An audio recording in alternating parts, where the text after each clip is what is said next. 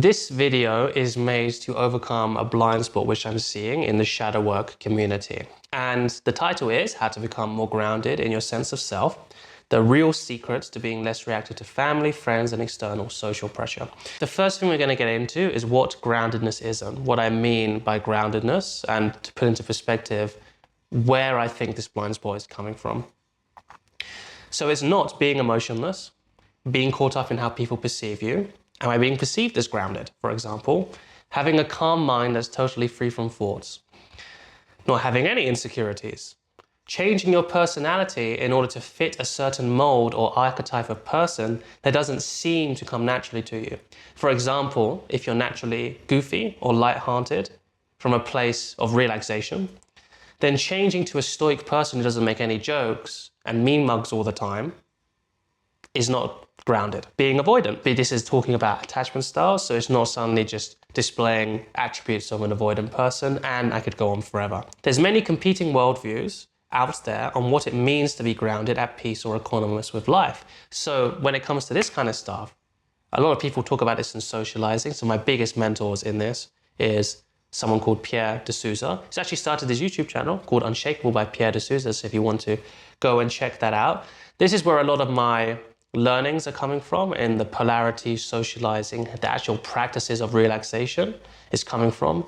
It's also informed by Theravadan Buddhism from the lineage of Sister Kmart, Bhante Vimalaramsi, as well as my study of human consciousness over the past around half a decade to a decade, shadow work, hypnotherapy, therapy, psychology, and then also just my own showing up practices of being a competitor at the World Championships in Jiu-Jitsu and the European Championships, as well as in other international and regional competitions too. And the reason why I made this video is because there's so much misinformation that comes from Stoicism, Red Pill, Christianity, Buddhism, as well as other religious practices, obviously, traditional self-help, also New Age spirituality, and which is one of the big reasons that I made this video, because there's a big blind spot there, which maybe some people might have from watching them and then kind of graduating to this new style or this new evolution of inner work that we're talking about here in self-actualization systems.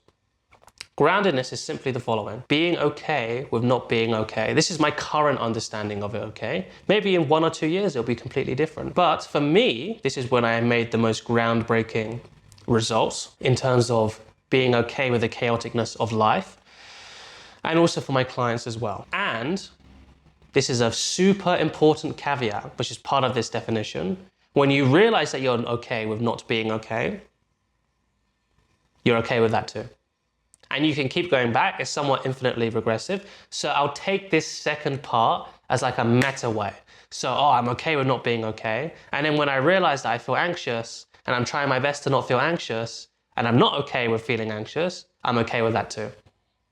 That's what that means. What it needs to ground with, which might scare off a few people in the Stoicism community or in the Red Pill community, in which case that's totally fine. They're probably not ready for this. It's a meta acceptance of yourself. It's a meta unconditional loving for yourself. So the idea of the unconditional loving witness comes from one of my other lineages, Kim Barter, psychotherapist for 30 years. But also where he's probably got inspired from it, and where I got a lot of inspiration from, another therapist called Carl Rogers, who founded the human-centered or client-centered therapy tradition and is one of the most influential therapists in the world. Unconditional loving for yourself, little to no suffering created from it. Think storylines, beliefs, narratives. There is just being. There is no longer the experienced and the experiencer. All that's left now is the experience. So as you can see, as we talk about this topic, language kind of starts to break down. So how do we develop this level of groundedness? There's 3 main sections: healing, transmuting, and integrating shadow. The cleaning up practice. 2, the matrix of the path of most resistance. This is something I get directly from Pierre, who you used to not be able to find, but he's on YouTube now. Pierre or Unshakable by Pierre de Souza, if you want to go check him out. So this is the showing up practice, which you filter all of your decisions through to help develop this in a more practical way. And then the third one is compassion, empathy, and love practices. Probably something you weren't expecting there. For ourselves, others, and the world, or the general situation of the world. So the shadow practice, you have introjections, healing bad beliefs, faulty constructs. Constructs are ways of viewing the world. So a construct could be, we all have the construct that a stove is hot. At some point we had to learn that. You probably remember it, like putting your hand on the stove and getting burnt. That's a construct. You can have constructs which aren't necessarily bad beliefs, but they are limiting your potential still. So an example would be, if I'm 100% on point, then I can do whatever I want. Well, you can never really be 100% on point. So it sounds very empowering, but there's a limit to it. A better construct might be, I can always believe in myself, and because I believe in myself, I'll always put in the work. That might be a better construct to have. And the last one is a damaged perspective of how we see the world. Example, I believe I'm bad at maths. This then makes me fail at anything maths related without me even really trying, reinforcing the fact that I'm bad at maths and trapping me in a downward spiral for years. The healing method for introjections is to let go and give back the core wound. For example, in this example, you would have to find when you learned or how you learned or who told you that you were bad at maths, and then give that introjection back to where it came from, the start. So a clue that you've healed it is you feel much lighter and have less fear, guilt, shame, depending on the type of the core wound that you are experiencing. To do this, we have to get to the epistemology of the core wound. This is the what and the how. So you can realize that you're bad at maths, but you need to understand what made you think that way and how it developed so that you are still being affected by it. You do not want to use a why question. Why questions are reality enforcing questions. So if you were to ask yourself, for example, why am I bad at maths? Then suddenly you've already accepted the reality and the identity that you are bad at maths, and it makes it much harder to heal. And the core wound was either formed in a moment, like being told that you were bad at maths, or over a period of months, weeks, years, whatever, where you constantly had that being reinforced. A core wound is when the thing started, how it got started. The bonus of this is how it's being sustained as well. We are in an intricate, complex, adaptive ecosystem inside of us. So it's not just one thing happened and then it remained. There's a whole ecosystem which is keeping this thing in place. So if you can see how it's being sustained, this is for advanced people only, otherwise it'll be too confusing. And it's not necessarily too relevant to people who are just getting started in this. We can see how we are constantly sustaining and ourselves and our perception of reality. So if we stop sustaining that perception of reality that we're bad in maths, then the core wound will also fall through. Second shadow work principle is projections, in conjunction with introjections a lot of the time. It's when we project our personal power, autonomy, and responsibility onto outside things. People, events, places, that kind of thing. Example, I unconsciously have a part that's irritable and aggressive. I don't like this aspect of myself, so every time I get into an argument, it's totally the other person's fault, and they are being a bully, leading me to not recognize my own aggressive and bully-like side within me. Over time, people distance themselves from me, and I end up alone without any friends and family. So a very dramatic situation, but it does happen, and it's there to illustrate a point and how it affects you and how this shadow will affect your relationships with other people. The healing process for projections is to re-own them, to take responsibility, to realize that it's not the other person being a bully, it's actually us being a bully, and we don't like that about ourselves. And we accept, okay, this is something that I have to change. Healing process for this, or healing symptoms, realize that you've done it correctly, is you actually feel much more energetic, much more empowered, despite having taken on this responsibility, or despite having took this responsibility on. That's what happens when a projection gets healed. And the last one, the most complex, I go into most detail in it in my free product, which I'll be talking about in a minute, is split ego states. There's a part that has been walled off and is acting out against the good of the whole in a way to get attention or to exercise its own autonomy because it feels like it can't otherwise. The healing process of this is reintegration. The epistemology is the same as the other two shadows, getting to the core wound. It's important to do the processes right and get them correct. Otherwise, you can set your shadow work back for years and even decades. This means remaining to be trapped in the same patterns that you are being trapped in now, and not just getting trapped in them in the same way, but they actually get worse over time. Re-owning an introject, for example, has disastrous consequences. This would be owning the fact that you are bad at maths. when that's something that isn't authentic to you. It's an experience that you learn from the outside. This is why I built my free product, the most practical guide to shadow work on the internet, the step-by-step guide on how to actually create meaningful and permanent change within yourself, your relationships, and your life as a whole. This goes through the A to Z of how to heal shadows and do shadow work on your own. So by the end of it, you have a more comprehensive understanding of shadow work than most coaches on the market. And it's for free. All you have to do is sign up your email. And if you've never done shadow work before and need a bit more of a practical guide, included in this 3-hour program, I have a 4-week boot camp to take you from zero to hero, from not doing any practice at all, to be able to heal some of your deepest shadows on a consistent basis. Second part, the path of most resistance, what I get from my mentor, Pierre. This is what makes me, and obviously my mentor too, and a few other people kind of uniquely positioned to talk about shadow work, because it's something which a lot people, shadow workers, hypnotherapists, NLP people who learn all the frameworks, they don't have this level of showing up practice, this level of actually going out and fucking shit up. So important to have that in your life. So in the integral circles, it's called showing up practice.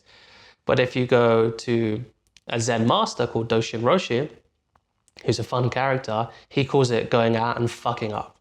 This is like a man who has robes on, right, as an enlightened Zen master, okay? And I love that, because it is showing up, but it's also going out and fucking up. For example, so people in the pickup paradigm, which is the paradigm I used to be in, they overemphasize this. It's all about showing up, it's just about getting the reps in, talking to as many people as you can. And it doesn't have the proper frameworks, and it's very red stage in its center of gravity, because it's very ego driven, it's very ego based. And that's what people have to go through when they're in that stage. Not condoning it, it just is what it is. It's not just in the pickup paradigm, it's in the competition, so the professional sports paradigm, it's in the performance paradigm if you're a singer. So to move on with the pickup example, the consequence of the proper frameworks not being in place is they either get deeper into the bottomless pit of validation from women and not seeing a way out of the emptiness, or they graduate and move up from the paradigm, like myself, and then have to do years of cleaning up work because they've just overemphasized this part so much and they haven't done the proper healing, their internal work. They've just tried to push through. So it's from this place that the framework that I'm about to share with you, that Pierre shared with me, is amazing to be integrated. We're not going so far into that paradigm, but we're also not going so far just into the therapist responding to every emotional disturbance like it's a big deal, or not actually being able to live in a chaotic paradigm, which is what we have to live in because life is a chaotic paradigm. It's something that we can't control. And another concept which I get from my mentor, Pierre. These are the 3 questions you have to orientate yourself around. What is the most difficult? What is the most boring? What is the most intimidating? And these 3 questions are oriented towards your North Star, where you want to be. These can be individual goals, but it can also be a general direction you want to move in your life. Okay? So what is the most difficult? The most difficult, whatever is most complex and hard to learn. So it's not difficult in terms of fear, but it's difficult in terms of brain power. This improves your groundedness. Whatever is the most boring, meditating for an hour, 2 hours, 3 hours, unstimulating, consistent practice where you have to show up every single day. You don't see results straight away. You see incremental changes at best. Maybe you even feel like you're going backwards, doing the same thing every single day for hours at a time. Think athlete going to the gym 5 to 6 to 8 hours a day, training for his competition in 3 months, and not knowing if this training is going to make any difference to him. That improves your groundedness. Whatever is the most intimidating. This is going to be a big one. High pressure social situations. Exposing yourself to more people. Exposing yourself to learning a new skill where you're going to be put in blast, like sparring in combat sports. What are the things which this North Star, which are getting in the way of me achieving this North Star, which make me feel afraid, insecure, or nervous? Am I actually showing up, going into those situations with a full unconditional loving for myself as best as I can, and just being prepared to just fuck that up and make myself look like a fool, make myself look embarrassed, make myself just look completely out of my depth? If you do these 3 things over time and you consistently show up, whilst also integrating all of the lessons from shadow work, which is something you will have that I didn't when I first had this, It will expose blind spots, you can heal them. It will expose insecurities, you can heal them straight away. It will expose narratives, identities that you're still identifying with, you can heal those straight away. So your healing process gets faster because you're being exposed and it's more painful. When there's more pain, it's a bigger catalyst for growth. So you're doing all of that homework. You don't have to go through all of the pickup stuff that I had to go through, where I was pushing so much and then I had to learn shadow work and clean up all of the damage that I did from pushing too hard and not doing it with the correct frameworks in place. You don't have any of that. You don't have any of those drawbacks because you have the right mentor, you have the right systems, which means that you're not just setting yourself up for success now, but also in the future. And you're not creating work for yourself. You're not creating insecurities or identities for yourself that you'll just have to clean up in the future because you have the shadow work in place. But now you have a really clear blueprint and guide about these are the 3 things which are going to build my kind of energy, my vibe, my frequency. That's what me and a client just talked about the other day on a one-on-one call, how he can find his own frequency. Well, you do this in this way. The fastest, most efficient, and with the shadow work, the most integrated way to actually build that groundedness. Because if you're doing the most difficult, most boring, most intimidating things all of the time, then suddenly showing back up to a chaotic family gathering meeting, the pressure doesn't affect you the same. Because you've been showing up in the most pressuring situations, again, with a ton of love, with a ton of acceptance, not any aversion, not any craving, not any hating yourself, because that just creates problems in the future, as well as it making you much more stressed out when you're doing this stuff. Suddenly, these situations which used to scare you so much, or used to get you in your head so much, or used to avoid so much, they just don't affect you anymore. The 3 matrices and questions will define your showing up practice if you're serious about becoming more grounded and fixing the problem once and for all. In the one-on-one coaching, this is obviously organized and done for you with no mistakes, so you won't waste time, energy, and resources, as well as accountability, which is about 50% of the work. So yeah, with the one-on-one coaching, obviously there's more guidance. So you'll have to embrace this even more, that you're going to try stuff out and see what kind of sticks to the wall. But it's all good if you don't get it perfect at the same time. So on your own, you'll have to structure this yourself. And how you do that is you write out these 3 areas and then split them into 3 more areas each. So you have 9 areas. Where am I comfortable with this? For example, with boring, where am I comfortable doing boring work? Task, identify and maintain. Then, where am I semi-comfortable? This is an avenue for growth where you can do the boring thing, but maybe only for an hour at a time before, or only in a good state before you switch to something else. Task, this is an area for growth. This is your main growing point. This is like the boundary of you pushing your comfort zone. So your task here is to focus on this with the majority of your consciousness, with your conscious effort. So you can not just maintain, but you can push the boundaries of where you're comfortable. Lastly, where is this extremely difficult or borderline impossible for me to do? This is like your red zone. So obviously you have the green zone, the yellow zone we just talked about, and then this is the red zone. This is where something's so boring and so unstimulating, you basically cannot practice at all because it's too challenging or confronting or unstimulating. Task is to have gentle curiosity and patience with yourself. And I want you to experiment and practice and just push through it as much as you can, about 10% of the time. So 10% of the time, you're kind of going into the red zone.